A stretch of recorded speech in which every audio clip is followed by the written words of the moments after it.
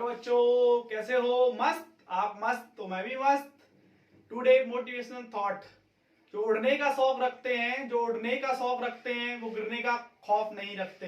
तो आज की पढ़ाई शुरू करते हैं। आज की पढ़ाई में क्या है?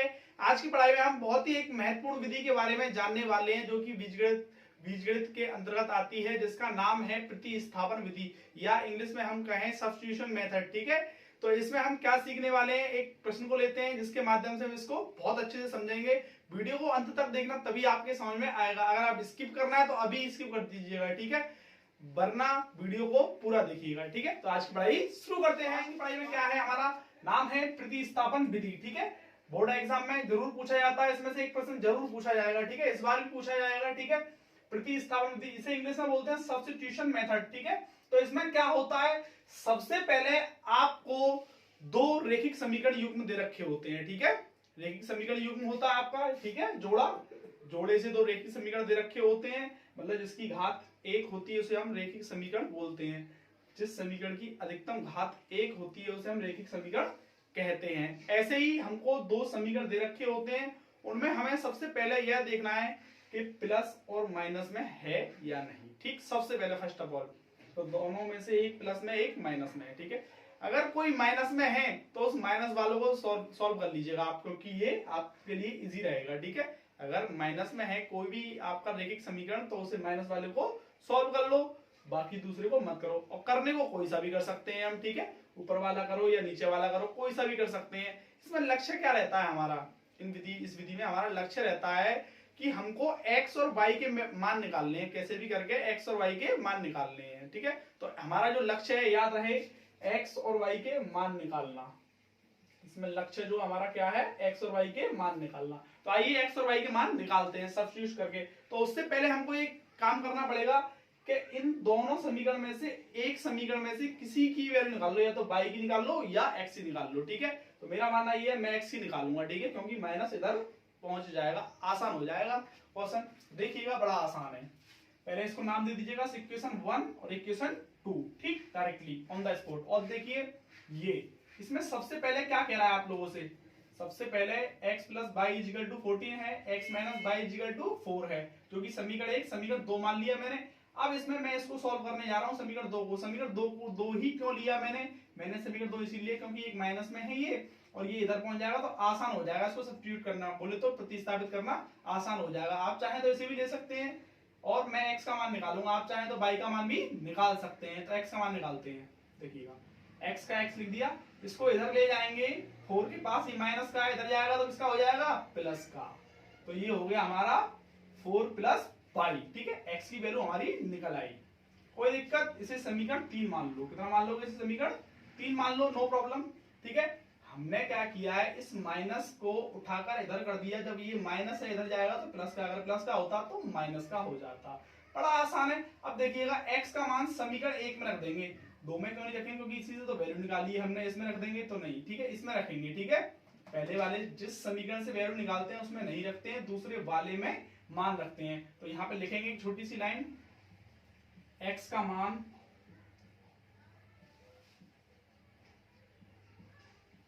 समीकरण 1 में रखने पर।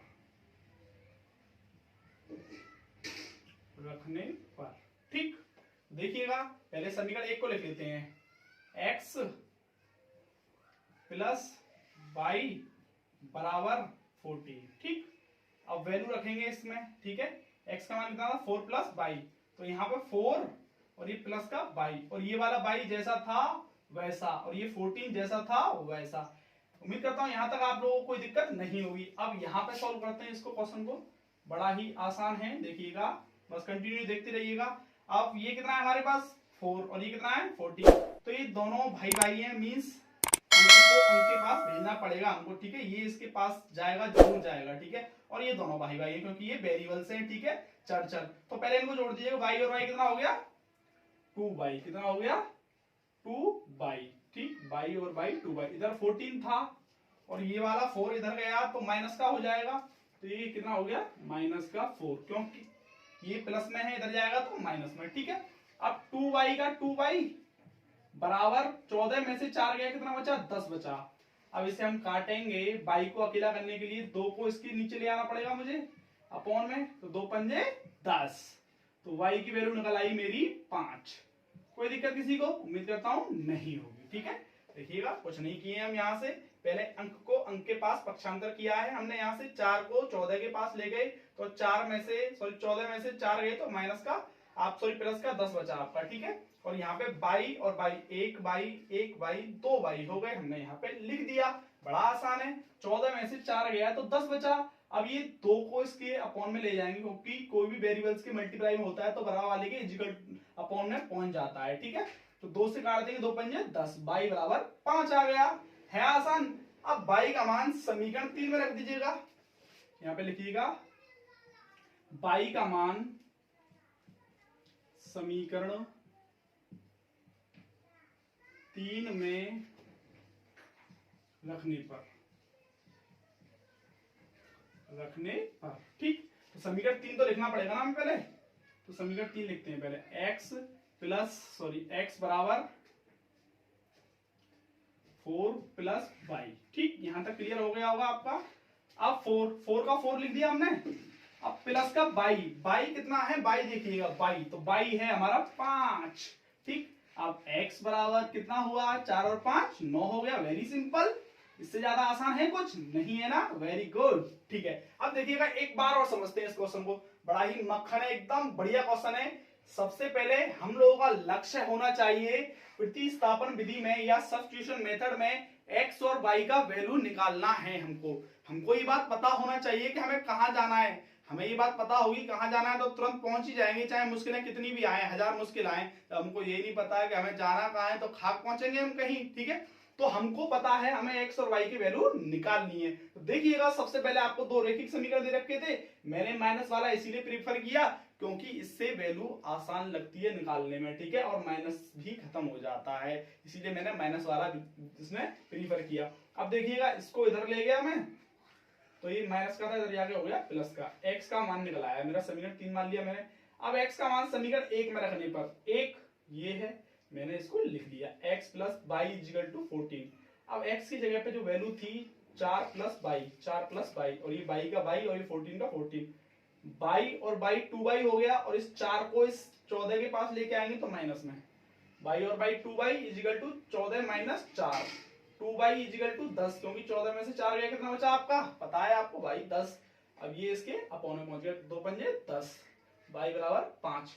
बाई का मान समीकरण 3 में रखने पर, समीकरण 3 कौन सा है, ये है, x बराबर 4 plus y equal to, y का वैल्यू बताओ 5, 4 और 5 9, x बराबर 9। उम्मीद करता हूं ये आपको समझ में आ गया होगा। ठीक, अब हम क्वेश्चन नंबर 2 को लेते हैं, वो भी प्रतिस्थापन विधि से करेंगे, थोड़ा सा उसमें मॉडिफिकेशन की जरूरत है। ठीक है, जिसे देखकर बच्चा डर जाता है, डरने की जरूरत नहीं है बिल्कुल भी, आपको मॉडिफिकेशन आना चाहिए सर। ठीक है, तो देखिएगा मॉडिफिकेशन क्या है। अब इसमें वेरिएबल्स जो है x और y की जगह पे आपका आ गया, s की जगह पे आ गया x की जगह पे s, और y की जगह पे आपका आ गया t। तो बच्चा यहाँ क्वेश्चन को छोड़ देता है, तो मेरे बस की है ही नहीं, मैं कैसे कर लूंगा इसे, मैंने तो x और y से सीखा है। भैया तुम ही कर लोगे, देखो तो सही, तुम ही कर पाओगे, देखो कैसे कर पाओगे, सिंपल है, बड़ा आसान है। ठीक है, तो पहले तो ये दिमाग में से निकाल दो, ये x और y क्यों नहीं है। ठीक है, ये x और y ही है। ठीक है, s और t लेके चलेंगे, नो प्रॉब्लम, पता ही नहीं चलेगा आपको। चलो बच्चे ने एडजस्टन कर लिया, ये x और y है, लेकिन सर ये क्या है दूसरा, ये तो अपने दूसरे विकराल रूप में आ गया। कोई दिक्कत नहीं है, आने दो विकराल रूप में, हमको मॉडिफिकेशन आता है। ठीक है, उड़ा देंगे इसको, देखिएगा कैसे उड़ाएंगे, बड़ा आसान है। देखो सबसे पहले जब क्वेश्चन अकड़ रहा हो तो उसको औकात में लेकर आएंगे। ठीक है, औकात में कैसे लेकर आएंगे देखिएगा, सबसे पहले इसको इसकी औकात में लेकर आते हैं। ठीक है, तो सबसे पहले इसमें तो कुछ नहीं करना, इसको समीकरण फर्स्ट मान लो। ठीक, इसको समीकरण फर्स्ट बोले तो रैखिक समीकरण बनाने की जरूरत है। अभी ये रैखिक समीकरण नहीं है बोले तो औकात में नहीं है, ये कटने के लिए तैयार नहीं है, इसको काटना पड़ेगा। देखिएगा कैसे, सबसे पहले एलसीएम लेंगे अपन लोग, 3 और 2 का एलसीएम आएगा 6। ठीक, इस रूप में बनाना है मुझे इसको, ये फ्रैक्शनल दिख रहा है ना, अब ये इस रूप में बनाना है इस रैखिक समीकरण को। ठीक है, तो 3 का भाग देंगे 6 में, 3 दूनी 6, 2 बार गया। ठीक है, तो 2 का बड़ा ऊपर करेंगे तो कितना आएगा 2s, कितना आएगा 2s, 2 3 6, 3 बार गया तो 3 का बड़ा ऊपर करेंगे 3t, उम्मीद करता हूं यहां तक आप लोगों की समझ में आ गया होगा। अब यहां से ये जैसा था वैसा लिख देंगे इसे 2s प्लस 3t। अब कैंची का गुणा कर देंगे, 6 का 6 में गुणा करेंगे 36। अब ये समीकरण 2 बन गया मेरा। उम्मीद करता हूं आप लोगों को समीकरण 1 और समीकरण 2 बन चुका है। अब आपको थोड़ी सी उम्मीद जगी होगी, जिसका तुमको इंतजार था वो घड़ी आ चुकी है। मींस ऐसे से ऐसा बन चुका है। अब तो दोनों सेम से लग रहे हैं ना? हाँ, अब तो लग रहे हैं सेम से, ठीक है। तो अब तो बड़ा आसान है हमारे काम, ठीक है। देखो अब कुछ नहीं करना है, खुशी की बात है कि आपको दोनों समीकरण एक जैसे लग रहे हैं, ठीक है।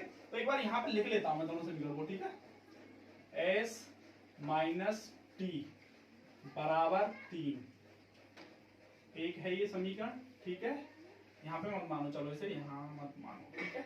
और इसको दूसरे को लिख लो 2s प्लस 3t बराबर आपका है 36 समीकरण 2। कोई दिक्कत नहीं होनी चाहिए, ठीक है। अब मैंने एक बात बताई थी अभी आपको एक सवाल में कि बेटा आपका जो है s माइनस टी, क्या है s माइनस टी जो है माइनस में हो कोई भी समीकरण तो उसको प्रीफर करो। तो मेरा मानना ये माइनस में है तो मैं इसको ही प्रीफर करूंगा 100%। देखिएगा तो टी को मैं इधर ले जाऊं, टी को मैं इधर ले जा रहा हूं, ठीक है। इस वाले को सॉल्व कर रहा हूं मैं, थोड़ा जगह कम होने की वजह से मैं दोबारा नहीं लिख रहा हूं। तो s बराबर जब मैं t को इधर ले जाऊंगा तो 3 प्लस टी हो जाएगा। सर कितना हो जाएगा? 3 प्लस टी। इसको समीकरण 3 मान लो बिना सोचे समझे, ठीक है। हाँ, s का मान निकाल दिया मैंने, बोले तो x का मान निकाल दिया, ठीक है। अब हमको कुछ नहीं करना है, x का मान बोले तो s का मान समीकरण 3 में, सॉरी 1 में रखने पर, सॉरी 2 में, क्योंकि 1 से तो मान ही निकाला है हमने। अब हम क्या करेंगे, s का मान समीकरण 2 में रखने पर, 2 में रखने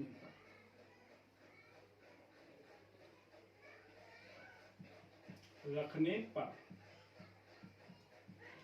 आसान है। देखिएगा s का मान आपका कितना आया है, समीकरण 2 को देख लीजिएगा, ये है समीकरण 2। तो 2s, s की जगह डायरेक्ट वैल्यू रख रहा हूं मैं 3 प्लस टी, ठीक, और प्लस का 3t आपका 3t बराबर 36, ठीक। अब 2 का मल्टीप्लाई नहीं कर पाओगे आप लोग इसमें? कर पाओगे यार, देखो 2 3 6 और ये 2t, ठीक, और ये प्लस का 3t, ठीक, और ये आपका 36, ठीक। अब देखिएगा कुछ भी तो नहीं करना है, आसान है। देखिएगा आसान है, देखिएगा कुछ नहीं है। 2 और 3 क्योंकि दोनों भाई भाई हैं, बोले तो वेरिएबल्स हैं। 2 और 3 कितना हुआ? 5t, कितना हुआ? 5t, कितना हुआ? 5t लिख दिया। अब ये इसका भाई नहीं है तो ये अपने भाई के पास जाएगा, बोले तो अंक के पास जाएगा। तो बराबर में 36 माइनस 6, ठीक। अब ये 5t बराबर 36 में से 6 कितने बचे? 30 बचा सर, कितना बचा? 30। अब t को इसका मान निकालेंगे तो कितना आएगा हमारा? 5 6 30। डायरेक्ट कर रहा हूं क्योंकि मैंने पहले वाले सवाल में आप लोगों को बता दिया है। यहां से ही कट जाएगा तो 6 आएगा, 5 6 30। तो t का जो वैल्यू निकल आया है मेरा, कितना आया है? आपको दिख रहा है 6 आया है, ठीक है। अब t का जो वैल्यू है आपका समीकरण 3 में रख दो, यहाँ पे लिख देंगे t का मान समीकरण 3 में रखने पर, 3 में रखने पर, ठीक। तो समीकरण 3 में बोले तो अब आपका बड़ा आसान हो चुका है, लिख लीजिएगा पहले समीकरण 3 को। s बराबर 3 प्लस टी, दैट्स, ठीक है, बड़ा आसान है। अब देखिएगा कुछ नहीं करना है आपको, s को s लिख दिया और 3 को 3 लिख दिया और t का वैल्यू कितना आया था? देखिएगा आपका 6, ठीक। अब s का मान s जैसा था वैसा लिख दिया हमने। 3 और 6 कितना हुआ? 9 हुआ भाई साहब। तो हमने 9 को लिख दिया।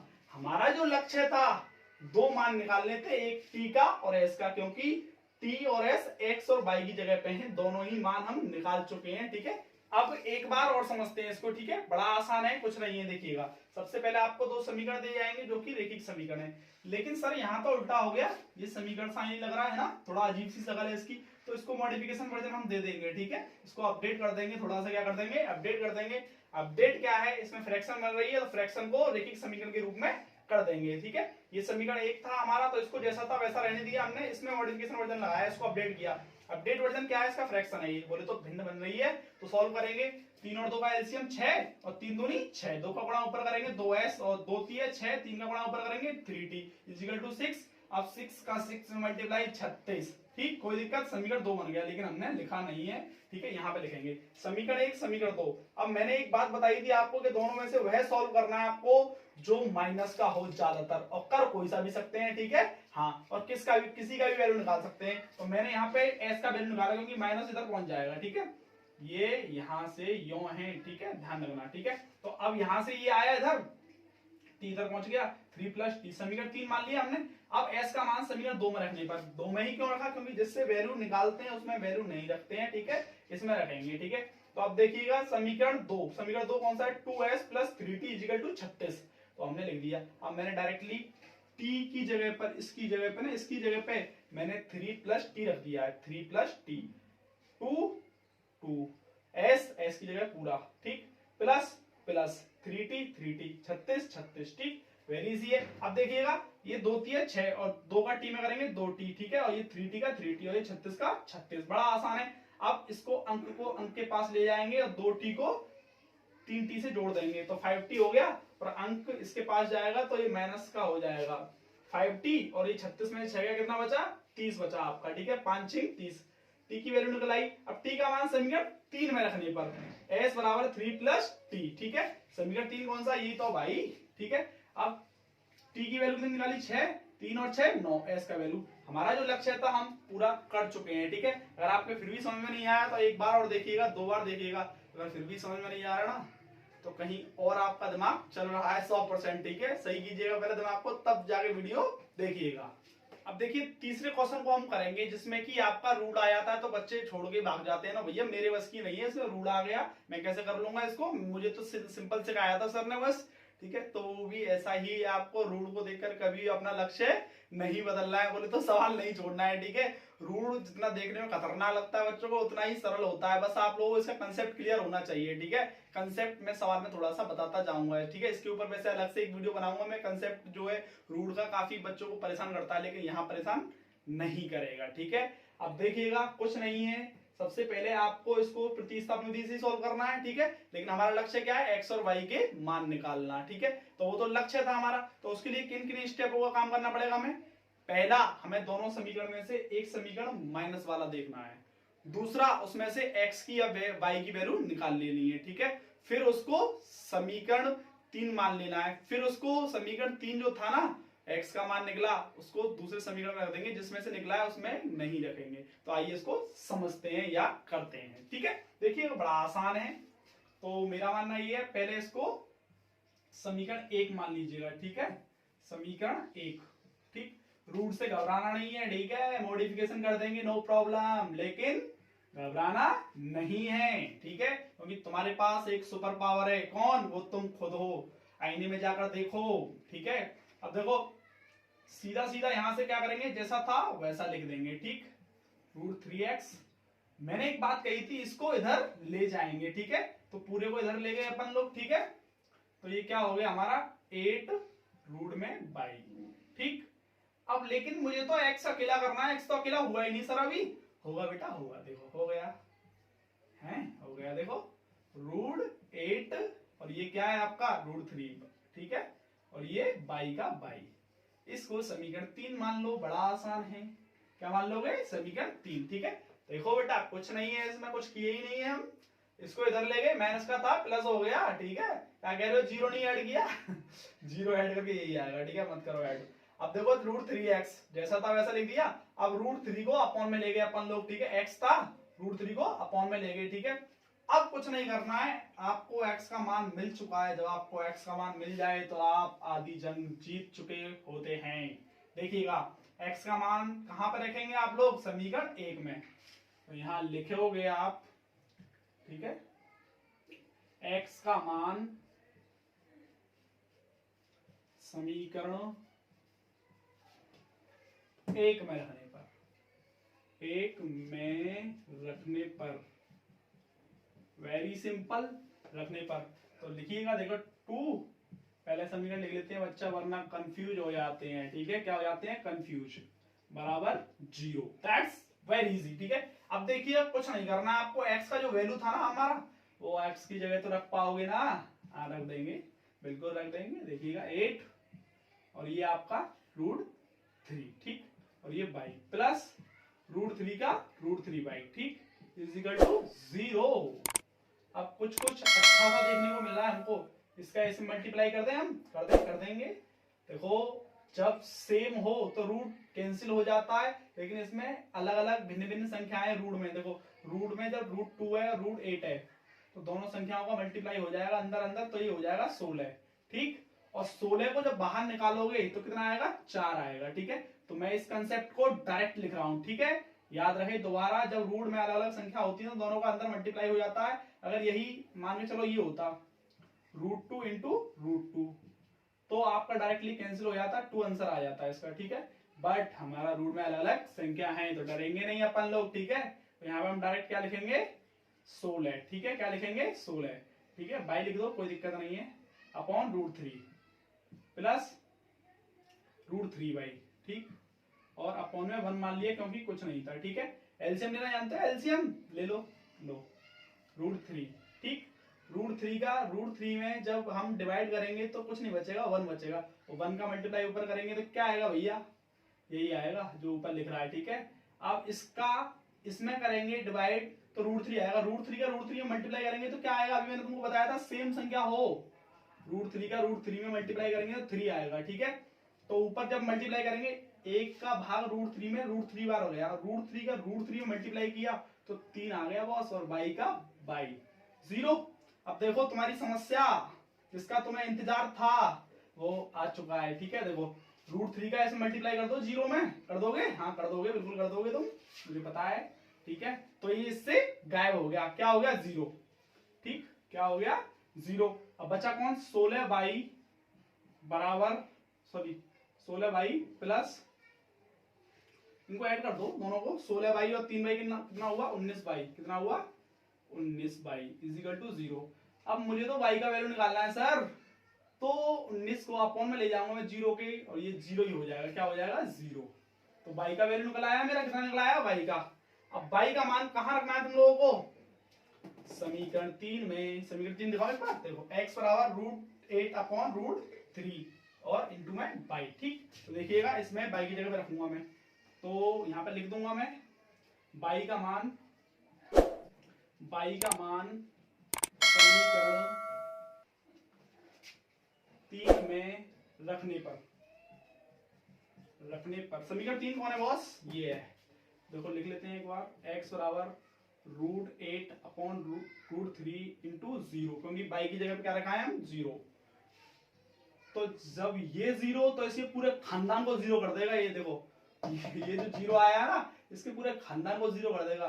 तो इसका मल्टीप्लाई करेंगे 0 में, किसी का मल्टीप्लाई कर दो सर वो 0 ही हो जाता है। क्या हो जाता है? तो हमारा लक्ष्य पूरा हुआ, हम टारगेट तक पहुंच चुके हैं। x और y की वैल्यू हमने निकाल ली है। देखो x का मान भी 0, y का मान भी 0, हम जीत चुके हैं। अब देखिएगा एक बार शुरू से समझते हैं, रूट में कोई कंफ्यूजन नहीं होनी चाहिए। ठीक है, शुरू से समझने के लिए आप दोबारा वीडियो देख लीजिएगा। ठीक है, हाँ ठीक है। अगर वीडियो अच्छी लगी तो लाइक कीजिएगा, कमेंट कीजिएगा, शेयर कीजिएगा। ठीक है, शेयर जरूर कीजिएगा भैया। ठीक है, हाँ अपने मित्रों को जो भी हैं आपके, ठीक है, दोस्त हैं, सबको शेयर कीजिएगा। ठीक है, हाँ वीडियो देखने के लिए बहुत बहुत धन्यवाद। अगर आपने यहाँ तक वीडियो देखी है ना सर, आपके पास बहुत ही धैर्य है और अपने जीवन को आप बदलना चाहते हैं वास्तविक रूप में, और अपने भविष्य के प्रति वास्तविक रूप में ईमानदार हैं, कोशिशों में ईमानदार हैं आप। ठीक है, और आप एक दिन जरूर बदलोगे अपने भविष्य को। अगर आपने यहाँ तक वीडियो देखिएगा, फुल वॉच करोगे तभी पता चलेगा ना कि मैंने क्या पढ़ाया क्या नहीं पढ़ाया। 1-2 सेकंड देखोगे तो 1-2 सेकंड जैसा ही ज्ञान मिलेगा ना। ठीक है।